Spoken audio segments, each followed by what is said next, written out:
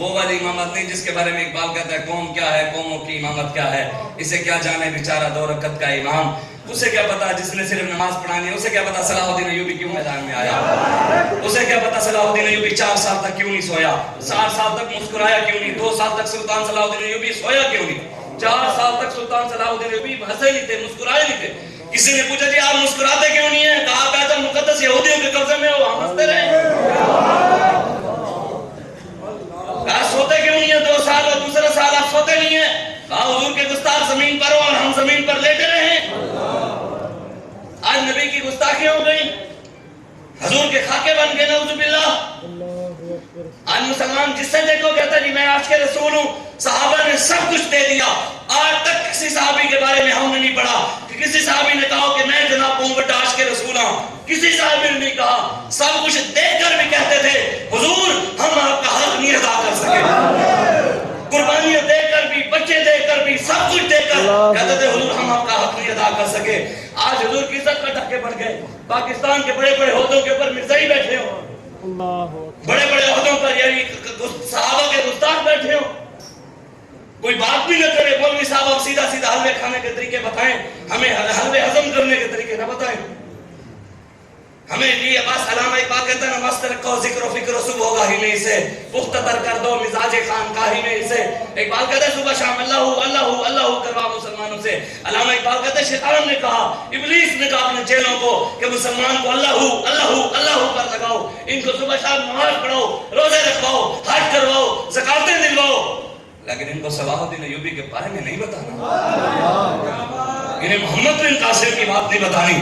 ہم لبیک والے ہم ہی للکار قاسم ہیں، ہم ہی شمشیر حیدر ہیں، ہم ہی دشمن کے سینے میں غبار تیز خنجر ہے۔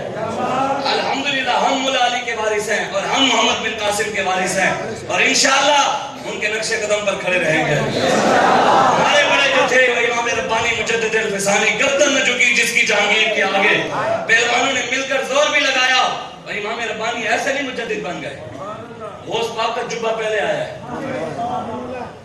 آپ کے کان میں اذان خود سرکار نے دی ہے، اور جب آپ پیدا ہوئے تو اکبر بادشاہ کا تخت الٹ گیا۔ ہمارے فقیر وہ تھے جب پیدا ہوتے تھے تو بادشاہوں کے تخت الٹ جاتے تھے، ہمارے تو بڑے وہ تھے۔ آج جڑے بیٹھے ادھر بادشاہوں دے نال حضور تواڈے تو بڑا تے کوئی عاشق رسول ہی نہیں، آپ سے بڑا تو جناب کوئی اور بات، جناب آپ کی تو کیا ہی بات ہے۔ حضور نے فرمایا قیامت والے دن آپ اور آپ کی اور میری کیا حیثیت ہے؟ میری تو کوئی حیثیت ہی نہیں ہے نا، ہم تو کسی بات کی مولی بنتے ہی نہیں ہے نا۔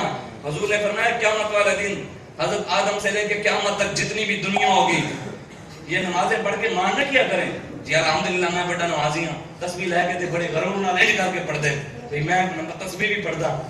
حضور نے فرمایا ایک بندہ، امام ربانی مجدد الفسانی نے فرمایا، آپ فرماتے ہیں ایک بندہ ایک دن میں 1,00,000 بار درود پڑھے، کتنی بار؟ 1,00,000 بار درود پڑھے۔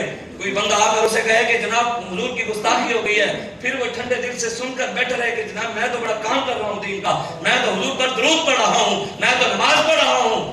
امام ربانی فرماتے ہیں اللہ اس کے وہ لاکھوں مرتبہ درود پڑے ہوئے اس کے منہ کے اوپر مار دیتا ہے۔ وہ نماز نہیں پڑھتے تھے حضور کے پیچھے، 5 وقت نبی کی زیارت نہیں کرتے تھے، نئی مسجد بنا کے کھڑے تھے، نئی مسجد، حضور جنگ پر جا رہے ہیں، وہ آ گئے حضور مسجد کا افتتاح تو کر دیں۔ حضور نے فرمایا میں جنگ پر جا رہا ہوں، واپسی اب جانا ہے تو اب ہم نکل چکے ہیں، واپس آ کر میں مسجد کا افتتاح کر دوں گا۔ حضور چلے گئے، میرے آقا مولا چلے گئے، وہاں اس جنگ کے اندر مولا علی کے جسم پر 80 زخم لگے۔ دین کی خاطر کسی نے آج تک تھپڑ بھی نہیں کھایا، اور وہ کہے کہ جناب میں بڑا دین پہ احسان کیے پھرتا ہوں، دین کی خاطر کسی نے کبھی تکلیف نہیں اٹھائی۔ کبھی 80 زخم مولا علی کے جسم پر لگے۔ جب حضور نے یہ منظر دیکھا، حضور کے مولا علی کو دیکھ کر حضور کے چشم معذاب میں سے آنسو آ گئے، حضور رونے لگ گئے۔ اسلام کی خاطر اتنے زخم، وہ بھی تلواروں کے۔ آج علی کے ماننے والے مولا علی تو میدان عمل میں آئے اور اسلام کی خاطر زخم بھی کھائے، تو آج مولا علی کے ماننے والے کدھر ہیں؟ صحابہ کے جسموں پر 70 زخم لگے، کافروں نے تلواریں لے کر حضور پر حملے کیے نعوذ باللہ، اور وہ پیچھے کیا کر رہے تھے؟ مسجد بنا کر نماز پڑھ رہے، کیا کر رہے تھے؟ نماز پڑھ رہے، نمازیں پڑھ، اور ادھر کیا ہو رہے تھے؟ حضور کی عزت پر حملہ ہو رہا تھا، اور وہ ادھر کیا کر رہے تھے؟ تلواریں لے کر کافر حضور پر حملہ کرتے اور یہ پیچھے پیچھے قرآن کی تلاوت نیت کر قرآن کی تلاوتیں کر رہے تھے. حضور واپس آ گئے, جنگ ہو گئی, واپس آ گئے. حضور آئے تو پھر وہ آ گئے. انہوں نے کہا حضور نام نہاد مسلمان تھے, کلمہ پڑھتے تھے, یعنی کلمہ پڑھتے تھے. لوگ کہتے ہیں مولوی صاحب وہ بھی تو مسلمان ہیں, آپ اس کے بارے میں کیوں باتیں کرتے ہیں؟ میں نے کہا یہ بھی تو مسلمان کلمہ پڑھتے تھے, حضور کی زیارت کر کے نہیں مانے. آ گئے حضور کے پاس, حضور مسجد کے افتتاح رہتا تھا وہ تو کر رہے. حضور جانے لگے تو اللہ نے قرآن نازل کر دیا. والذین اتخذوا مسجدا ضرارا وکفرا وتفریقا بین المؤمنین وارصادا لمن حارب اللہ ورسولہ. فرمایا میرے حبیب یہ مسجد ضرار ہے, اسے آگ لگا دے. تیری عزت پر حملے ہو رہے ہیں اور یہ نمازیں پڑھے ہو, ہمیں ایسی نماز کی ضرورت ہی نہیں ہے, ایسی مسجد کی ضرورت ہی نہیں ہے. بابا جی فرما رہے ہیں, بابا جی نے فرمایا جو 2017 کے اندر فیض آباد کے اندر رہے اور جب باہر رہے قیامت تک وہ برابر کبھی بھی نہیں ہو سکتے. جنہوں نے ناموس رسالت پر پہرا دیا, یہ بابا جی کا جملے تھے. بابا جی نے فرمائے قیامت تک کوئی بات سمجھے, قرآن کی نص ہے وفضل اللہ المجاہدین علی القاعدین اجرا عظیما. اللہ قرآن میں فرماتا ہے میرے حبیب جو مجاہد میدان میں ہیں اور جو گھر میں بیٹھے ہوں وہ کبھی دونوں برابر, ان کو اجر برابر نہیں مل سکتا, اجر ان کا زیادہ ہے. حضور کے پاس سنیں جن لبیک والوں نے 110 کلومیٹر پیدل چل کر حضور کی عزت پر پہرا دیا, صدیوں بعد کوئی سوچ بھی نہیں سکتا. 110 کلومیٹر. نوجوان جب ڈاکٹروں کے پاس گئے تو نیچے چھالے اتنے تھے پاؤں کے اوپر, جب ڈاکٹر نے وہ ایک تھوڑا سا چھالے کی جگہ پانی نکالنے لگے تو پاؤں کی پوری چمڑی اتر گئی. انہوں نے پٹی کی, نوجوان کو کہا کہ جناب آپ سامنے بیٹھ جائیں. اس نے کہا نہیں, میں نے منت مانگی ہے حضور کی عزت کے لیے لاہور سے اسلام آباد تک پیدل. ہمارے نوجوانوں نے اتنی قربانیاں دی اور جو لوگ دیکھ کر ہنستے رہے, آئے ہمارے اس دفعہ مولوی تک ٹنگے گئے. اے مولیاں نہیں بچنا, ہم تو اللہ اور اس کے رسول کے فضل و کرم سے پھر آئے بیٹھے ہیں. ہم اللہ اور ہماری کوئی حیثیت نہیں, ہماری رسی مالک کے ہاتھوں میں. میرے پاس وہ موبائل کے اندر ویڈیو ہے, میں نے اگلے دن ویڈیو دیکھی تو موبائل کے اندر ویڈیو ہے, وہ ایک کتا ہوتا ہے چھوٹا سا کتا, وہ آپ نے دیکھی بھی ہوگی, آج کل سوشل میڈیا پہ چل بھی بڑی رہی ہے. وہ ایک کتے کی رسی ہوتی ہے مالک کے ہاتھ میں, ساتھ ایک بندہ بیٹھا ہوتا ہے. اب وہ جو ساتھ بندہ بیٹھا ہو نا, کتا اس کو بار بار بھونکتا ہے, بار بار اس کو پڑتا ہے. اب وہ رسی مالک کے ہاتھ میں ہوتی ہے, وہ رسی نا اس کو دے دیتا ہے جس کو وہ بھونک رہا ہوتا ہے. جب اس کو دے کر اٹھ کے چلا جاتا ہے, پیچھے سے وہ جس کو بھونکتا ہے نا, پھر وہ اس کو تھپڑ مارتا ہے, پھر اٹھا کر ادھر پھینکتا ہے, پھر ادھر. کتا نہیں, وہ جو جس کو بھونک رہا تھا وہ اس وقت پھر چپ. تھوڑی دیر بعد اس کا مالک پھر آ گیا, اس نے رسی جیسے ہی پکڑی نا, کتا اڑ اڑ کر پھر اس کو پڑنے لگا. بابا جی فرماتے تھے زور ساڑھا نہیں, ساڑھی رسی مال گاندے ہاتھے.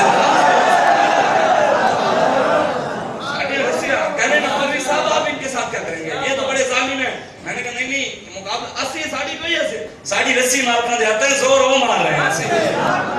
انشاءاللہ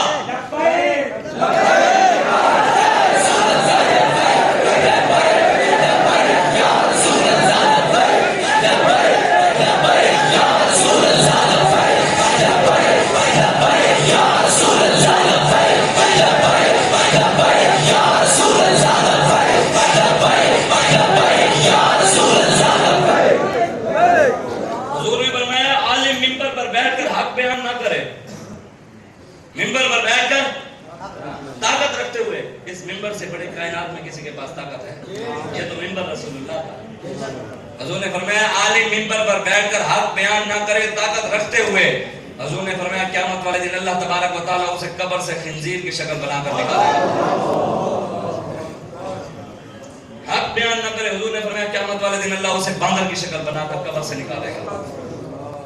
آج لیں ان کی پناہ, آج مدد مانگ ان سے, پھر نہ مانیں گے قیامت میں اگر مان گیا.